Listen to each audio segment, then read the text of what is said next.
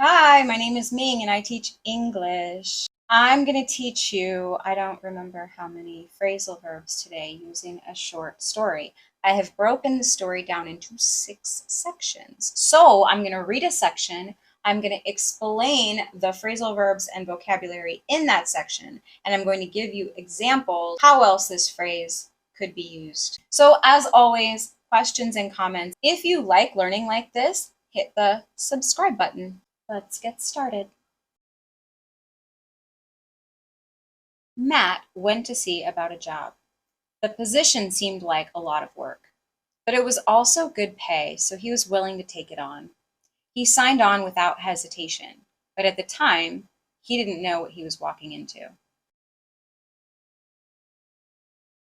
So to see about something is to attend to it, like attend to some matter, deal with something, or learn more about something. We can use see about with a noun or a gerund. So we see about something or we see about doing something. He's going to see about a job is he's going to find out more about this job. I have to see about getting a passport. I'm going to see about going to Europe. We don't exactly use this phrase in the past tense. Usually in the past tense, we will use it with a helping verb or a modal verb. I might see about. I'm gonna see about, I have to see about, I need to see about, I should see about, this kind of structure. So in the past tense, I was late to the party because I had to see about getting the cake. This is different than will see. When you hear this expression, will see or will see about that, that's a different meaning. Will see has to do with finding out something in the future. So like time will tell if this is true. We'll see about that is a great way to say we will find out more about that later. To take it on, to take something on, is to accept that thing as a burden or as a responsibility. Or sometimes it can mean to endure something, right? So he took on the responsibility of this job. You can take on something and you can take something on. We don't need to take on other people's problems, or we don't need to take other people's problems on. A useful common expression is take on a life of its own. This expression means to become really important or really powerful or kind of out of control. So a perfect example is AI. How long until AI takes on a life of its own, becomes too powerful and difficult to control? Her drinking took on a life of its own. The stories take on a life of their own. To sign on to something is to commit, like to a project or a job or a cause. He signed on with a popular airline after he graduated. The school signed on to the community project. He signed on as an active member of the political party. To walk into something, it means to get involved with something because you were ignorant of what was going on. You didn't realize what was happening in the situation and you got involved. There's this additional connotation of having being tricked somehow. You can walk into a trap or you can walk into a joke. A really common expression is I walked right into that one, or you walked right into that one, and it's about a joke. It means you set yourself up perfectly so someone else could make a joke about you or make fun of you. You walked right into that one. Or you fell into some kind of social trap. For example, you're watching a movie with your wife or your girlfriend, and she says, "Wow, that girl is so pretty." And you're like, that's a trap. You can walk into that trap or stay out of that trap. As it turned out, there was some drama at work. There were 2 young men, both named John, strangely enough, that were not very serious and always putting off work. The manager, Adam, had it in for them. He was looking for the right set of circumstances to justify firing them. But everything they did wrong was pretty minor. Meanwhile, Adam was getting more obsessed with firing them all the time. To turn out has to do with how a situation ends, or what something proves to be like in the end. What looks like bad luck can turn out to be a blessing, and what looks like a blessing can turn out to be a curse. I thought he was nice, but he turned out to be a narcissist. I'm sure your project will turn out great. So notice that the structure here is turned out to be something. So turned out to be infinitive, some kind of way, or turned out adjective, turned out great. But if you want to say a whole sentence about what something turned out to be, right, you can say this phrase, as it turns out, or it turned out that, and then add the whole sentence. For example, it turned out that she was not the only one to have that idea. So full sentence. Or, as it turns out, bears are not cute, cuddly animals. Full sentence. And I've mentioned this in other videos, but yes, turned out, ended up, wound up are all the exact same meaning. Strangely enough, this is a really good phrase to point out that something you said sounds weird. You can say it before or after the weird thing. Strangely enough, there are 10,000 phrasal verbs in English. Or, there are 10,000 phrasal verbs in English, strangely enough. And a lot of times you will hear native speakers use this phrase in a sarcastic or ironic way. So they'll say it about something very obvious that they're actually pointing out you should know this. Strangely enough, you probably won't learn all 10,000 phrasal verbs by reading a book on phrasal verbs. Two related phrases are weirdly enough and funnily enough. Like funny, funnily enough.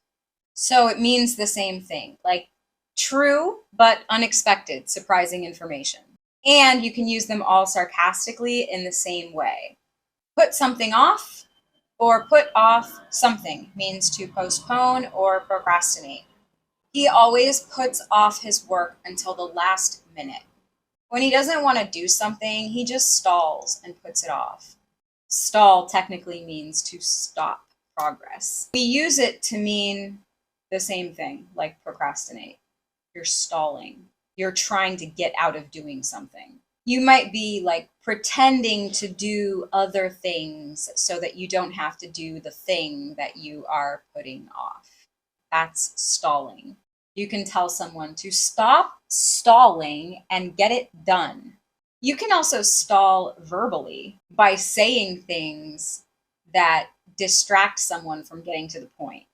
To have it in for somebody means you don't like them and you want to prevent them from succeeding, or you want to hurt them in some way. You are like determined to make their life more difficult. Have it in for someone.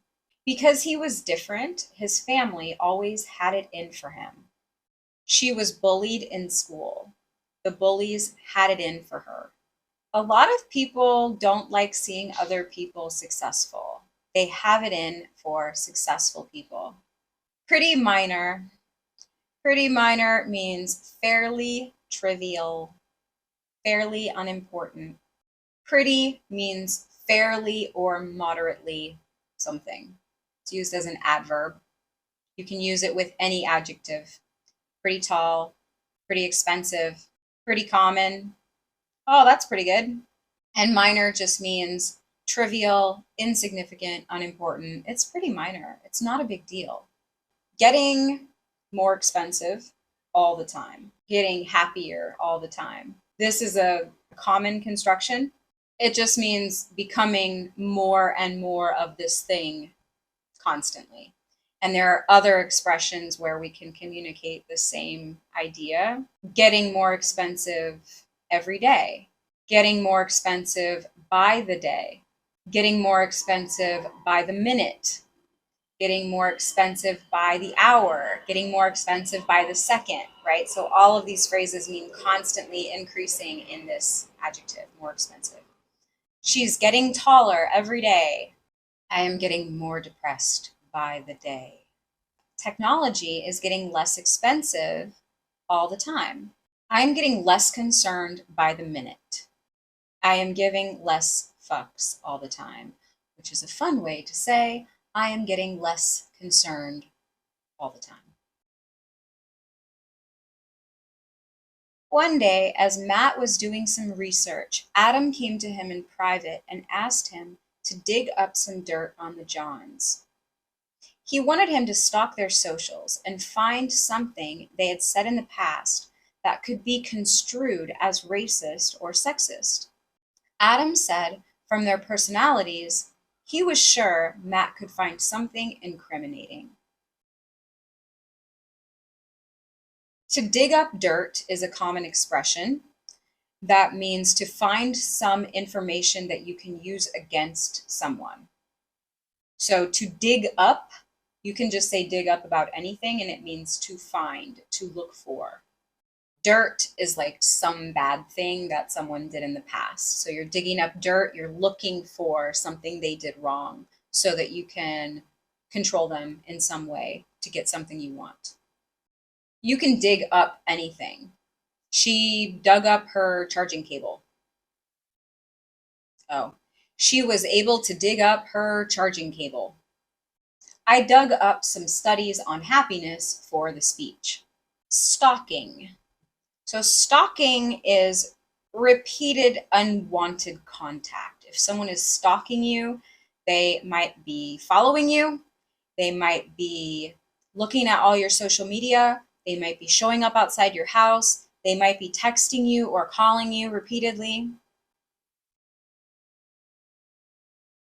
Going to places that you are, so they have the chance of seeing you. They're repeatedly trying to make contact and you are not having it. So to stalk someone's socials means stalk them through social media, means go through all their posts, to look at what they've said in the past or look at their photos. And the person who is stalking is a stalker. Construe. To construe is a fancy word. It's a little formal, and it means to interpret. How something is construed, passive, is how it is interpreted by people. Some more common ways to say this, like I wouldn't say construe in casual conversation. Common ways are like how people see something, or how they take something, or even how they read something. The way I see it, all politicians are corrupt. Don't take this the wrong way, but you look different than your photos. What's your read on this situation? Or how do you read this situation? In the text, it says something could be construed as racist. So the common way would be either could be taken as racist, could be seen as racist, or even could be considered racist. Incriminating is an adjective that means makes you look guilty. Usually about a crime, but not just about crimes, about like anything you shouldn't be doing. Incriminating evidence.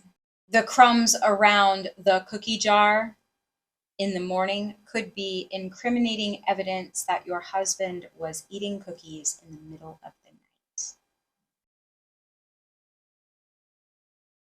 Matt really didn't want to get involved, but he was only 3 weeks into his new job and wanted to get in with his manager as much as he could. So he agreed to see what he could dig up. He did, in fact, find dirt on the Johns, both racist and sexist comments. As Adam had suspected, they were not the poster children for political correctness. The text says 3 weeks into the job. To be an amount of time into something is how long you have been doing it. It's very common. And it works best when you're trying to emphasize the amount of time that you have been doing the thing. Maybe just a little while, you want to emphasize that it's very little time. I'm only 3 weeks in. Maybe this is a long time that you've been doing this. You want to emphasize that you have experience. I'm 10 years in. I am 2 days into quitting smoking. He is 2 years into med school. So, about the sentence structure, you can be in, like 10 years in, or you can be 10 years into something. The only difference is we need context. So, if you're having a conversation with your therapist about your marriage, you can say, I'm 10 years in, because we already know what you're talking about. If this is a brand new interaction and we have no context, you need to say, I'm 10 years into this marriage. To get in with someone is to be friendly with someone in order to gain some advantage. It's really common to hear get in with a good crowd or get in with a bad crowd, like in school, where the crowd refers to your peers, your friends at school. He got in with a bad crowd and started doing drugs. Make sure you get in with a good crowd at school. You can also get in with a company.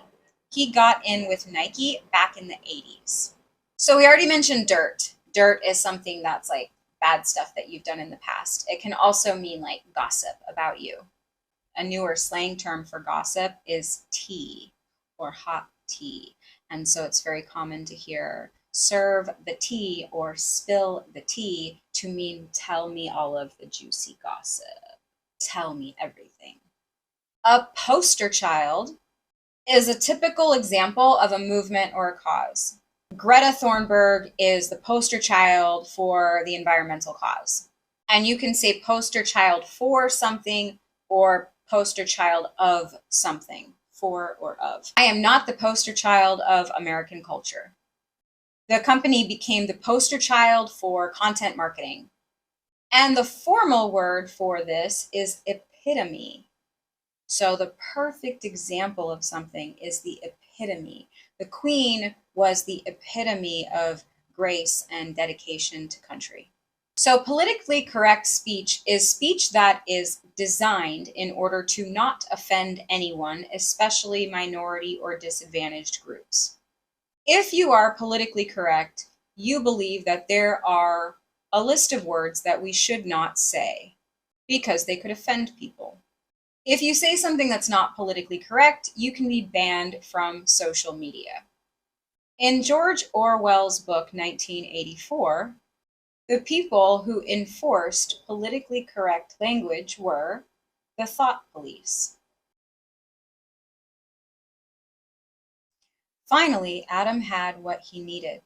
He confronted them separately about the posts, which were actually from several years back. The Johns were both taken aback that Adam had dug up something so old. Neither of them accepted the blame. One tried to blame his ADHD, and the other tried to pin it on an ex-girlfriend he had had at the time. Several years back is another way to say several years ago, several years in the past. But it's not exactly the same. The reason that I said several years back instead of several years ago is because when you say several years ago, it sounds like you're referencing this present moment right now. And this is a story about the past. So several years back sounds more like several years from that point in time, from that past moment. You could also say several years before, several years earlier, or several years prior, and those would all work the same way, even in the past. These are all really good expressions to use in past perfect sentence structures because you're talking about what you did before this point in time that was in the past. So let's say I'm telling you a story about my life 4 years ago when I went to Japan, right? So that's a point in time in the past I was in Japan. I could say, I had lived in China several years prior. I had lived in China several years earlier. I had lived in China several years before, right? So this is perfect. These expressions are perfect for that past perfect sentence construction. This is a minor point, but I tend to pay attention to, I teach English, is what I do. In reality, if you're talking to normal people who don't teach English, normal native speakers, they probably won't notice the difference between ago, several years ago, and several years back. To be taken aback is to be shocked or surprised by something. So being taken aback is like, what? It's used with the preposition by. So you are taken aback by something, just like you are shocked by something or surprised by something. And it sounds like the third form of take, right? But it's not. It's actually a set phrase. So you don't took aback, you don't will take aback, you don't take someone aback. You can't like move it around. It's a set phrase and it functions as an adjective, just like surprised, right? So I was taken aback. I was surprised. I was taken aback by the fact that the US government offers no help in filling out our passport renewal forms. True story.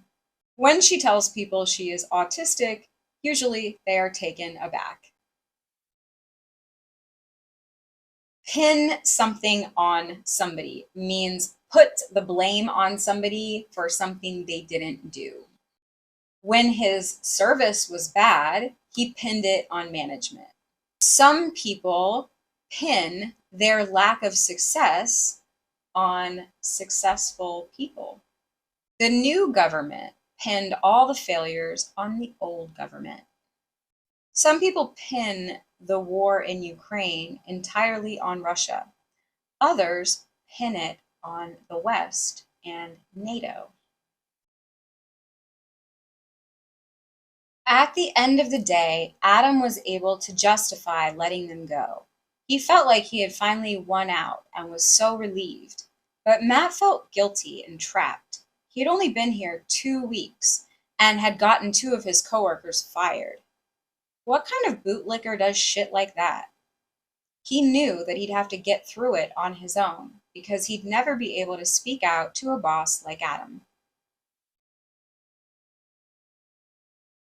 At the end of the day, when all is said and done, when push comes to shove, when it comes down to it.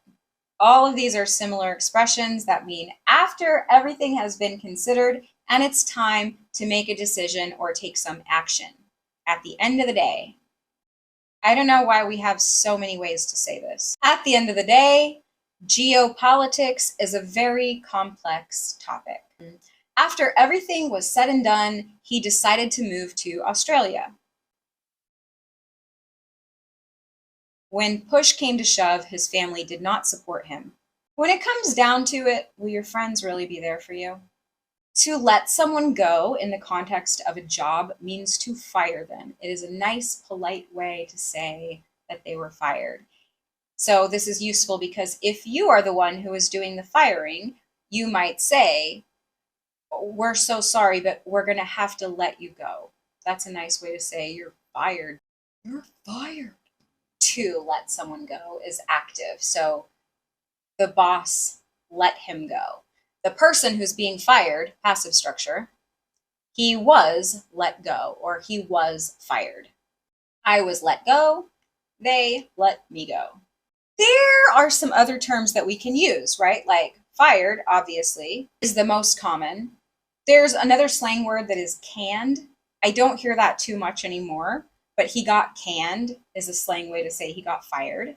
He was dismissed is a very professional sounding way to say it. He was laid off.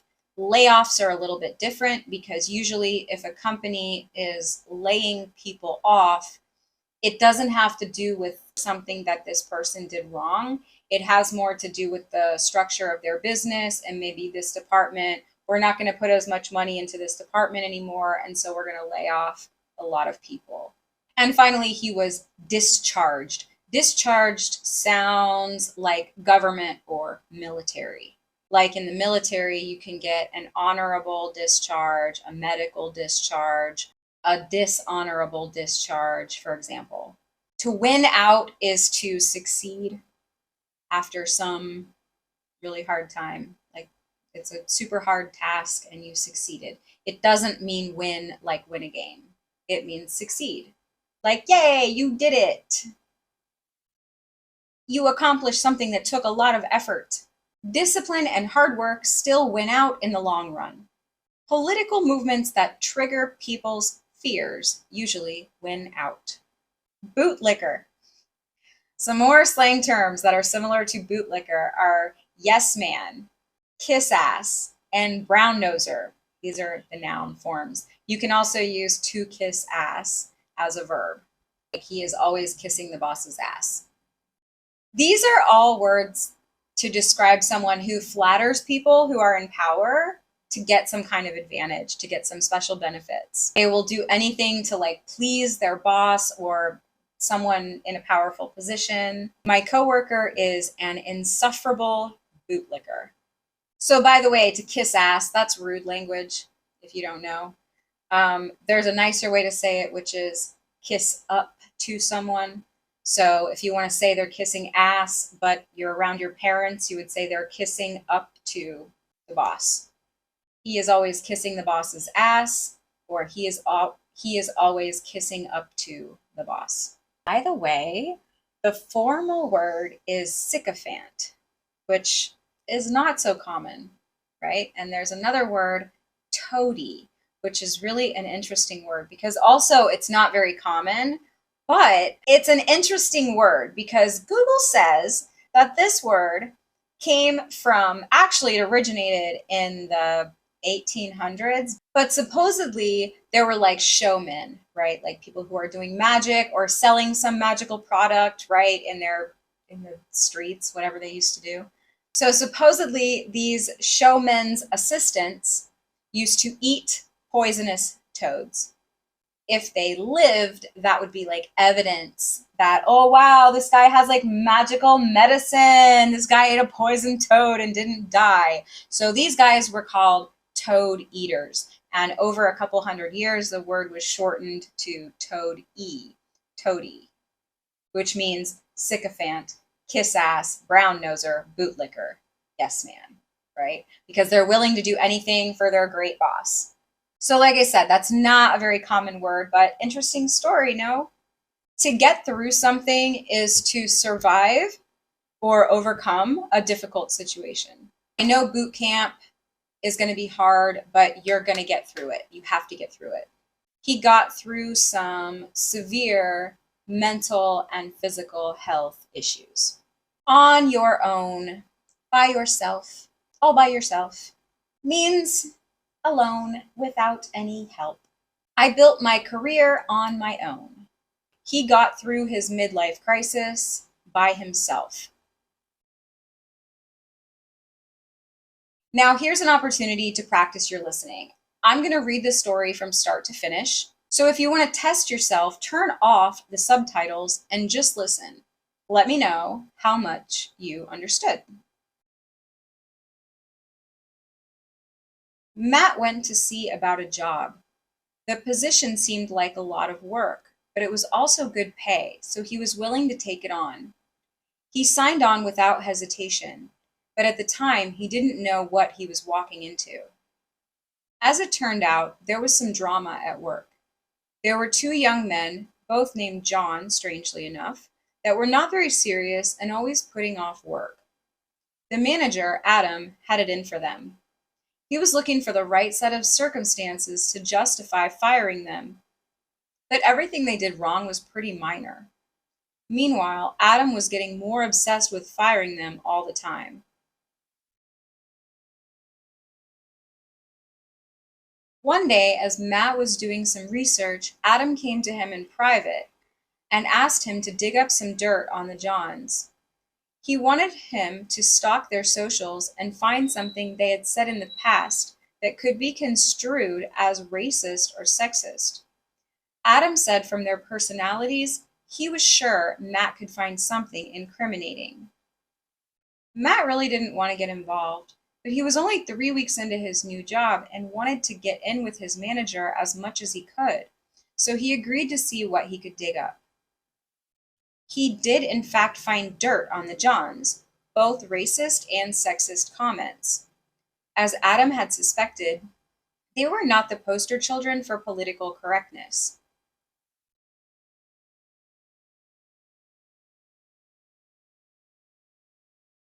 Finally, Adam had what he needed. He confronted them separately about the posts, which were actually from several years back. The Johns were both taken aback that Adam had dug up something so old. Neither of them accepted the blame.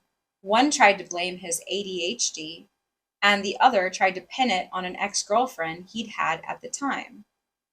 At the end of the day, Adam was able to justify letting them go. He felt like he had finally won out and was so relieved, but Matt felt guilty and trapped. He had only been here 2 weeks and had gotten 2 of his coworkers fired. What kind of bootlicker does shit like that? He knew that he'd have to get through it on his own, because he'd never be able to speak out against a boss like Adam. That's it. So how did you do? What percentage did you understand? Let me know in the comments and ask your questions there as well. If you like content like this, hit the subscribe button. And if you like shorter form content, please follow me on TikTok. Bye.